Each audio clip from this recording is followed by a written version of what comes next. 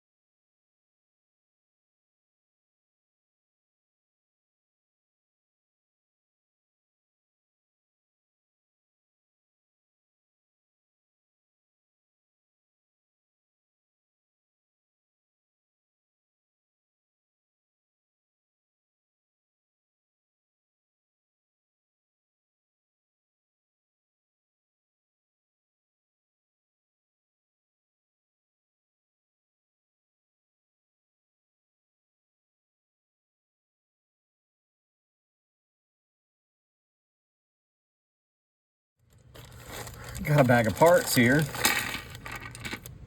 and this is going to turn into a straight key, a teeny tiny straight key. So the first thing that you want to do is you want to press these bearings, and it should be easy to do this by hand. You want to press these bearings into the sides like this. Now, assuming that your holes are round, they should just press right in without breaking.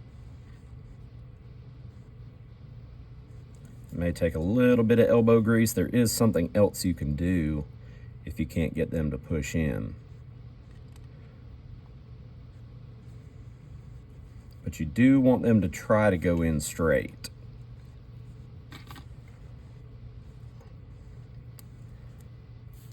Now you could take a pair of pliers and smash that into place.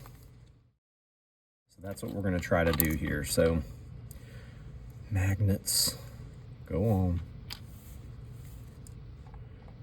You can take a pair of pliers, place them flat like this. Kind of press that in, boom. You want to go easy. Check it, we'll do it again. I'll show you from the side view again. Flat and press. Now notice I put these pliers on the outer channel so that I didn't have an angle, and that is in there. Okay, so the next thing that you can do, and I'm doing these instructions a little bit out of order, but the next thing that you can do is go ahead, put your magnets. You want them to attract.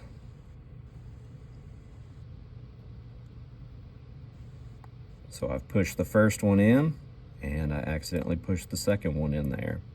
Okay.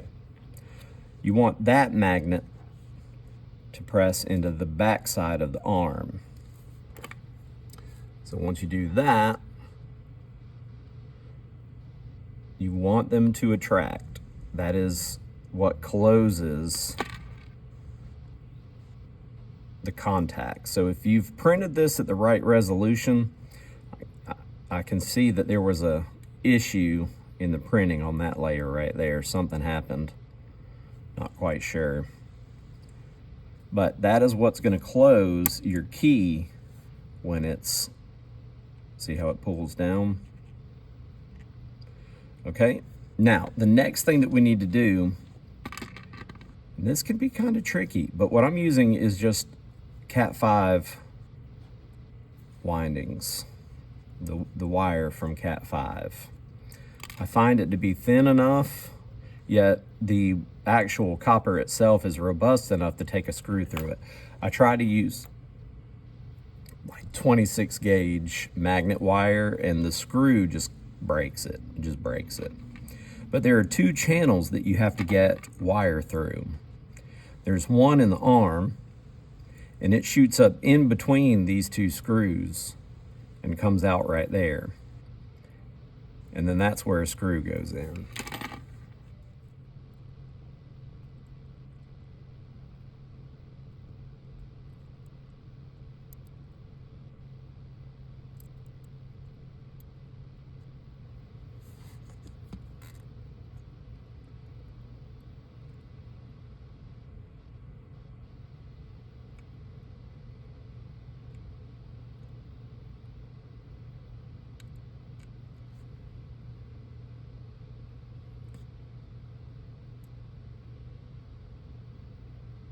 Okay, we're back where we started. Let's try it again. So you can see there's just a little bit sticking out, and that's really all that we need. Now, if we don't cut the wire again, we'll be in good shape, because we only need just a smidgen of that wire to touch. Just a smidge.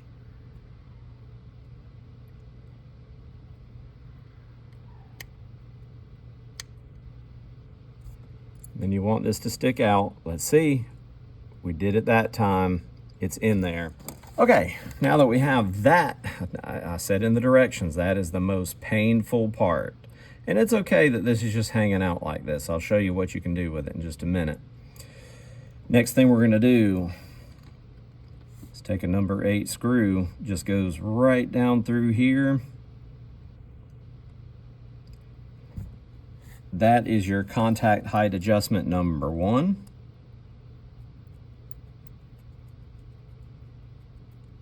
We're not going to push that all the way through yet. Next thing you want to do, I think this is instructions number 3, is you want to be able to push that nut down in there so that you can, let's see, what would be the easiest way to do this? It should just pop right in. I made those holes a little bit bigger than they were supposed to be.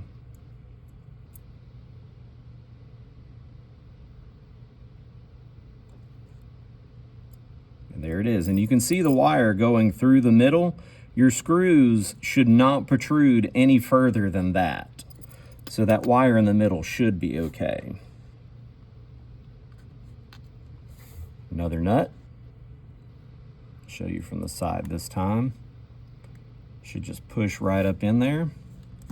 If you need to use a little more mechanical advantage, you can use a pair of pliers to kind of gently urge that to go in. Okay, so that is your arm assembly. That's all it takes. That's all it takes. So that's done. Okay, so we're gonna push this straight through like this.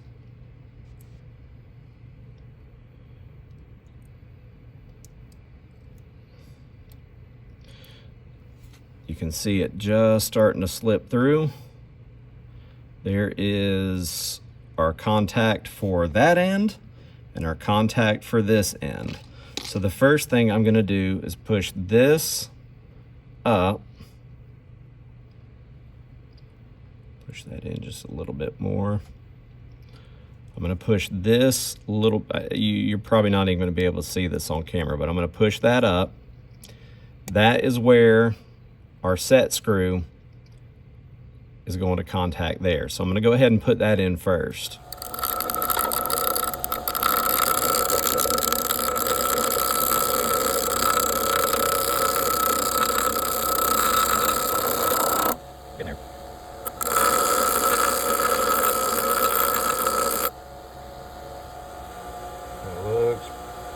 flat and crazy enough. Take the tool, we're gonna slide so we can use a slide screwdriver.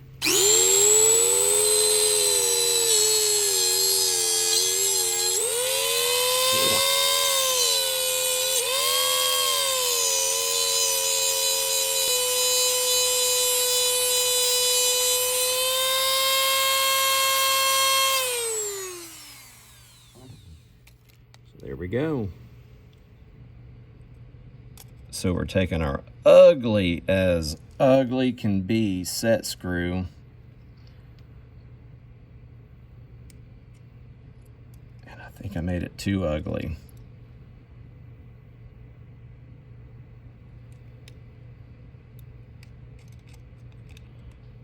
The set screw that I have referenced in the instructions would have worked so much better,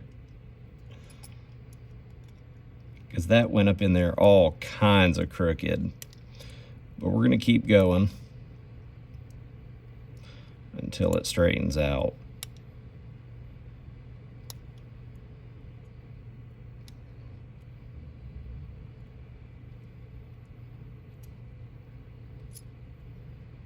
So now you have a little bit of contact. You can see that sitting right there.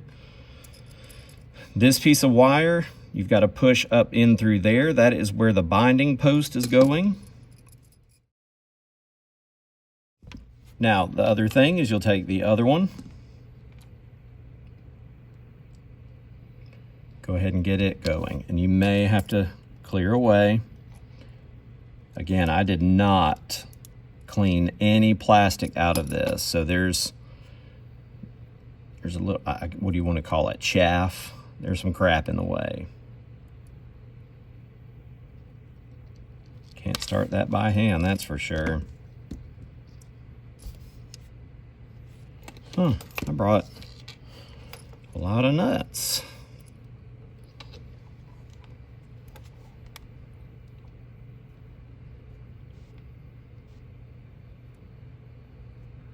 So a straight key is just a simple switch.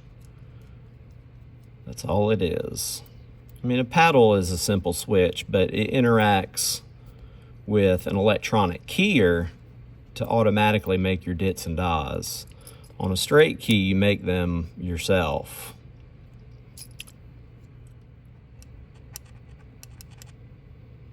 So I'm gonna skip another step really quick.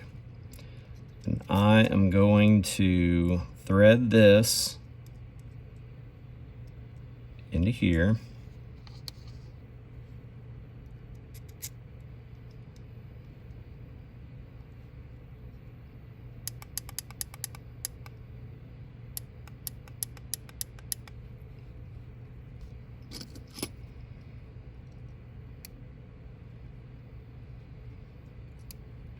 And this is where you want to even it up. So you don't want it to be too far to one side or the other. So you can see that I've got it a little too far that way. So we're going to loosen that one a little bit and tighten this one a little bit.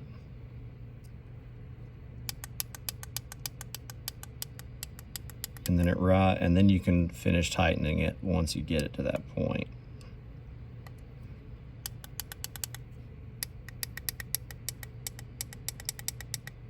So you can see I've got a pretty high contact right there. So you can take this, and as you tighten it, it pushes that contact down. So you can set it to the gap that you want, but that's what we're going to do right there. That's where we want this to be soldered.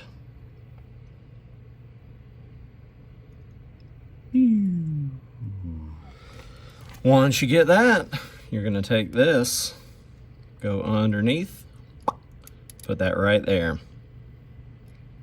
And that should be absolutely perfect. Then you're going to take 2 nuts, one on each side. Go ahead and tighten those down. Those will hold your binding posts in place. Where's our screwdriver go? Need Phillips. Take a Phillips screwdriver. It's always from the back, so it doesn't, you don't want it to go too far. We're gonna tighten that down. You're talking like inch newtons. You really want to tighten it too tight. You could pull the screw all the way through the plastic. You don't want to do that, but you do want it tight enough that it doesn't go anywhere. You can do this part however you want, but I have the other end of the stereo cable that I cut. I just have so many of these. You can almost get those things for free. You want to strip about that much off, and this is not the tool for stripping this. But you want to get through the outside insulation without messing with the wires on the inside. So that's how you do that. Now, most stereo cables or TRS have a bare ground, that is your sleeve, and then they usually have these color coded. Now you might have to use the multimeter on the continuity checker tester to find out which one is the tip. But I know from these, because I've had so many, that white is the ring, and I don't want that one. So I'm just gonna lightly snip that off. And then I'm gonna strip just the end of this one off. And we're gonna connect these to ring terminals.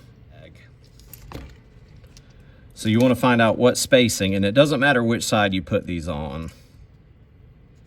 So you could do one like that, curve this around, and have this one a little closer like that. And that's what I'm gonna do with it. Again, it doesn't matter which way you put it, but I'm putting mine on like this. One side, then the other. We're almost done. Take the last two nuts for your binding post. I wanted to use wing nuts, but M3 wing nuts attack this. So they were not going to work. But I assume I'm just gonna want a permanent installation here. Now, let's see if we can find, we could probably twist that around like that and rest that against there. Now, since your screw is already pretty tight, you should just be able to lightly snug that down without any twisting. And that's all you need, is just a little twistage. Now this one, we're gonna line it up just like that.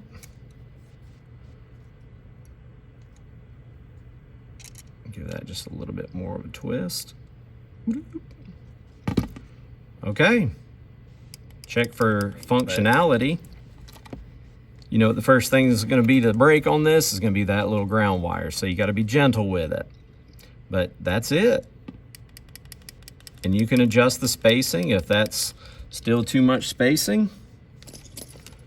You can, there's an indentation, so that number 8 screw, there's about maybe 3/1000ths of an inch. So no movement at all, hardly. Very sensitive. But if you want to clack the heck out of it, go ahead and let that thing out.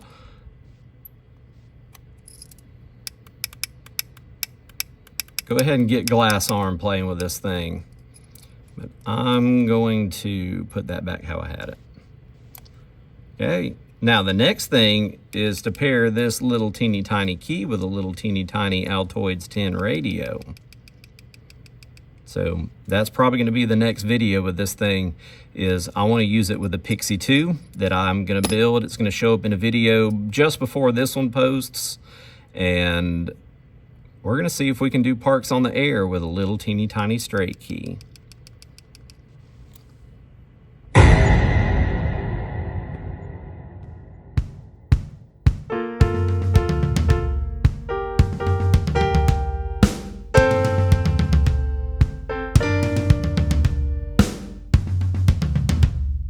It's tiny.